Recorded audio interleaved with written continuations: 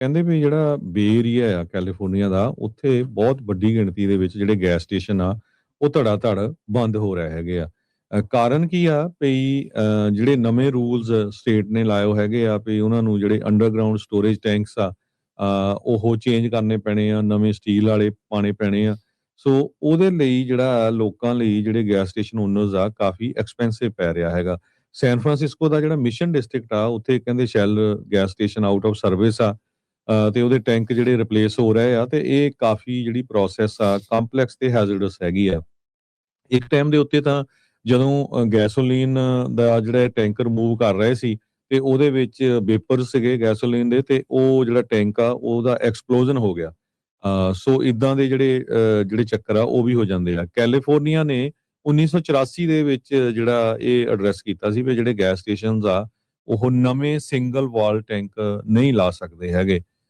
ਇਹ environmental safety ਹੈਗੀ ਆ।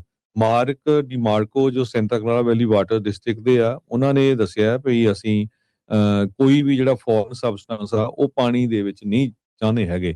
ਤੇ ਸਟੇਟ ਨੇ ਉਸ ਟਾਈਮ ਦੇ ਉੱਤੇ ਜਿਹੜੇ ਟੈਂਕ ਲੀਕਿੰਗ ਜਿਹੜੇ MTVE ਜਿਹੜੇ ਆ ਐਡੀਟਿਵ ਯੂਜ਼ ਕਰਨ ਦੇ ਲਈ ਕਿਹਾ ਸੀ। MTVE ਇੱਕ ਪੋਟੈਂਸ਼ੀਅਲੀ ਕੈਂਸਰ ਕਾਜ਼ਿੰਗ ਕੈਮੀਕਲ ਹੈਗਾ ਆ ਗੈਸ ਦੇ ਵਿੱਚ ਤੇ ਜੋ ਕਿ 에ਅਰ ਨੂੰ ਕਲੀਨ ਕਰਦਾ ਆ। ਪਰ ਜੇ ਪਾਣੀ ਦੇ ਵਿੱਚ ਲੀਕ ਹੋ ਜਾਂਦਾ ਹੈ ਤਾਂ ਫਿਰ ਉਹਦਾ ਤੁਸੀਂ ਦੇਖੋ ਵੀ ਕੰਟੈਮੀਨੇਸ਼ਨ ਜਿਹੜੀ ਡਰਿੰਕਿੰਗ ਵਾਟਰ ਦੀ ਕਿੰਨੀ ਕਰੂਗਾ। 2014 ਦੇ ਵਿੱਚ ਕੈਲੀਫੋਰਨੀਆ ਨੇ ਸਾਰੇ ਹੀ ਸਿੰਗਲ ਵਾਲਡ ਜਿਹੜੇ ਸਟੀਲ ਟੈਂਕ ਆ ਉਹਨਾਂ ਨੂੰ ਰਿਮੂਵ ਕਰਨ ਦੇ ਲਈ ਤੇ ਰਿਪਲੇਸ ਕਰਨ ਦੇ ਲਈ double walled fibre glass tank ਲਈ ਕਿਹਾ ਸੀ।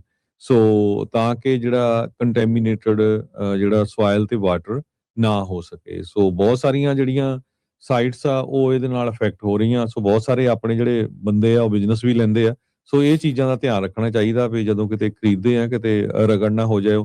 ਸੋ ਜਿਹੜੇ ਨਵੇਂ ਹੁਣ ਟੈਂਕ ਆ ਉਹ ਕਾਫੀ ਜਿਹੜੇ ਮਹਿੰਗੇ ਪੈ ਰਹੇ ਹੈਗੇ ਜਿਹੜੇ ਫਾਈਬਰ ਗਲਾਸ ਦੇ ਆ।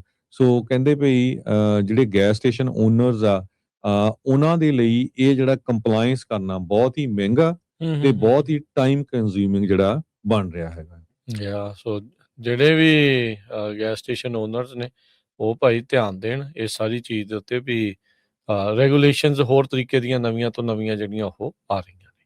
ਕਹਿੰਦੇ ਵੀ ਜਿਹੜਾ ਬੇ ਏਰੀਆ ਆ ਕੈਲੀਫੋਰਨੀਆ ਦਾ ਉੱਥੇ ਬਹੁਤ ਵੱਡੀ ਗਿਣਤੀ ਦੇ ਵਿੱਚ ਜਿਹੜੇ ਗੈਸ ਸਟੇਸ਼ਨ ਆ ਉਹ ਧੜਾ ਧੜ ਬੰਦ ਹੋ ਰਹੇ ਹੈਗੇ ਆ। ਕਾਰਨ ਕੀ ਆ ਵੀ ਜਿਹੜੇ ਨਵੇਂ ਰੂਲਸ ਸਟੇਟ ਨੇ ਲਾਏ ਹੈਗੇ ਆ ਵੀ ਉਹਨਾਂ ਨੂੰ ਜਿਹੜੇ ਅੰਡਰਗਰਾਉਂਡ ਸਟੋਰੇਜ ਟੈਂਕਸ ਆ ਉਹ ਚੇਂਜ ਕਰਨੇ ਪੈਣੇ ਆ, ਨਵੇਂ ਸਟੀਲ ਵਾਲੇ ਪਾਣੇ ਪੈਣੇ ਆ। ਸੋ ਉਹਦੇ ਲਈ ਜਿਹੜਾ ਲੋਕਾਂ ਲਈ ਜਿਹੜੇ ਗੈਸ ਸਟੇਸ਼ਨ ਓਨਰਸ ਆ ਕਾਫੀ ਐਕਸਪੈਂਸਿਵ ਪੈ ਰਿਹਾ ਹੈਗਾ। ਸੈਨ ਫਰਾਂਸਿਸਕੋ ਦਾ ਜਿਹੜਾ ਮਿਸ਼ਨ ਡਿਸਟ੍ਰਿਕਟ ਆ ਉੱਥੇ ਕਹਿੰਦੇ shell gas station out of service ਆ। ਤੇ ਉਹਦੇ ਟੈਂਕ ਜਿਹੜੇ ਰਿਪਲੇਸ ਹੋ ਰਹੇ ਆ ਤੇ ਇਹ ਕਾਫੀ ਜਿਹੜੀ ਪ੍ਰੋਸੈਸ ਆ ਕੰਪਲੈਕਸ ਤੇ ਹੈਜ਼ਰਡਸ ਹੈਗੀ ਆ। ਇੱਕ ਟਾਈਮ ਦੇ ਉੱਤੇ ਤਾਂ ਜਦੋਂ ਗੈਸੋਲੀਨ ਦਾ ਜਿਹੜਾ ਟੈਂਕਰ ਮੂਵ ਕਰ ਰਹੇ ਸੀ ਤੇ ਉਹਦੇ ਵਿੱਚ ਵੇਪਰ ਸੀਗੇ ਗੈਸੋਲੀਨ ਦੇ ਤੇ ਉਹ ਜਿਹੜਾ ਟੈਂਕ ਆ ਉਹਦਾ ਐਕਸਪਲੋਜ਼ਨ ਹੋ ਗਿਆ।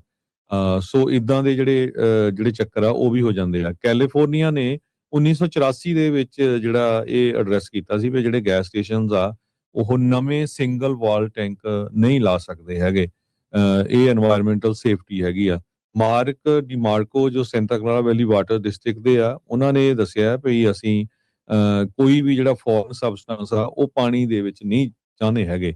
ਤੇ ਸਟੇਟ ਨੇ ਉਸ ਟਾਈਮ ਦੇ ਉੱਤੇ ਜਿਹੜੇ ਟੈਂਕ ਲੀਕਿੰਗ ਜਿਹੜੇ MTVE ਜਿਹੜੇ ਆ ਐਡੀਟਿਵ ਯੂਜ਼ ਕਰਨ ਦੇ ਲਈ ਕਿਹਾ ਸੀ। MTVE ਇੱਕ ਪੋਟੈਂਸ਼ੀਅਲੀ ਕੈਂਸਰ ਕਾਜ਼ਿੰਗ ਕੈਮੀਕਲ ਹੈਗਾ ਆ ਗੈਸ ਦੇ ਵਿੱਚ ਤੇ ਜੋ ਕਿ 에ਅਰ ਨੂੰ ਕਲੀਨ ਕਰਦਾ ਆ। ਪਰ ਜੇ ਪਾਣੀ ਦੇ ਵਿੱਚ ਲੀਕ ਹੋ ਜਾਂਦਾ ਹੈ ਤਾਂ ਫਿਰ ਉਹਦਾ ਤੁਸੀਂ ਦੇਖੋ ਵੀ ਕੰਟੈਮੀਨੇਸ਼ਨ ਜਿਹੜੀ ਡਰਿੰਕਿੰਗ ਵਾਟਰ ਦੀ ਕਿੰਨੀ ਕਰੂਗਾ। 2014 ਦੇ ਵਿੱਚ ਕੈਲੀਫੋਰਨੀਆ ਨੇ ਸਾਰੇ ਹੀ ਸਿੰਗਲ ਵਾਲਡ ਜਿਹੜੇ ਸਟੀਲ ਟੈਂਕ ਆ ਉਹਨਾਂ ਨੂੰ ਰਿਮੂਵ ਕਰਨ ਦੇ ਲਈ ਤੇ ਰਿਪਲੇਸ ਕਰਨ ਦੇ ਲਈ double walled fibre glass tank ਲਈ ਕਿਹਾ ਸੀ। ਸੋ ਤਾਂ ਕਿ ਜਿਹੜਾ ਕੰਟੈਮੀਨੇਟਡ ਜਿਹੜਾ ਸੋਇਲ ਤੇ ਵਾਟਰ ਨਾ ਹੋ ਸਕੇ। ਸੋ ਬਹੁਤ ਸਾਰੀਆਂ ਜਿਹੜੀਆਂ ਸਾਈਟਸ ਆ ਉਹ ਇਹਦੇ ਨਾਲ ਅਫੈਕਟ ਹੋ ਰਹੀਆਂ। ਸੋ ਬਹੁਤ ਸਾਰੇ ਆਪਣੇ ਜਿਹੜੇ ਬੰਦੇ ਆ ਉਹ ਬਿਜ਼ਨਸ ਵੀ ਲੈਂਦੇ ਆ। ਸੋ ਇਹ ਚੀਜ਼ਾਂ ਦਾ ਧਿਆਨ ਰੱਖਣਾ ਚਾਹੀਦਾ ਵੀ ਜਦੋਂ ਕਿਤੇ ਖਰੀਦਦੇ ਆ ਕਿਤੇ ਰਗੜ ਨਾ ਹੋ ਜਾਏ। ਸੋ ਜਿਹੜੇ ਨਵੇਂ ਹੁਣ ਟੈਂਕ ਆ ਉਹ ਕਾਫੀ ਜਿਹੜੇ ਮਹਿੰਗੇ ਪੈ ਰਹੇ ਹੈਗੇ ਜਿਹੜੇ ਫਾਈਬਰ ਗਲਾਸ ਦੇ ਆ। ਸੋ ਕਹਿੰਦੇ ਵੀ ਜਿਹੜੇ ਗੈਸ ਸਟੇਸ਼ਨ ਓਨਰਸ ਆ ਉਹਨਾਂ ਦੇ ਲਈ ਇਹ ਜਿਹੜਾ ਕੰਪਲਾਈਂਸ ਕਰਨਾ ਬਹੁਤ ਹੀ ਮਹਿੰਗਾ ਹੂੰ, ਤੇ ਹੂੰ, ਹੂੰ। ਬਹੁਤ ਹੀ ਟਾਈਮ ਕੰਜ਼ਿਊਮਿੰਗ ਜਿਹੜਾ ਬਣ ਰਿਹਾ ਹੈਗਾ। ਸੋ ਜਿਹੜੇ ਵੀ ਗੈਸ ਸਟੇਸ਼ਨ ਓਨਰਸ ਨੇ ਉਹ ਭਾਈ ਧਿਆਨ ਦੇਣ ਇਸ ਸਾਰੀ ਚੀਜ਼ ਦੇ ਉੱਤੇ ਵੀ ਰੈਗੂਲੇਸ਼ਨਸ ਹੋਰ ਤਰੀਕੇ ਦੀਆਂ ਨਵੀਆਂ ਤੋਂ ਨਵੀਆਂ ਜਿਹੜੀਆਂ ਉਹ ਆ ਰਹੀਆਂ।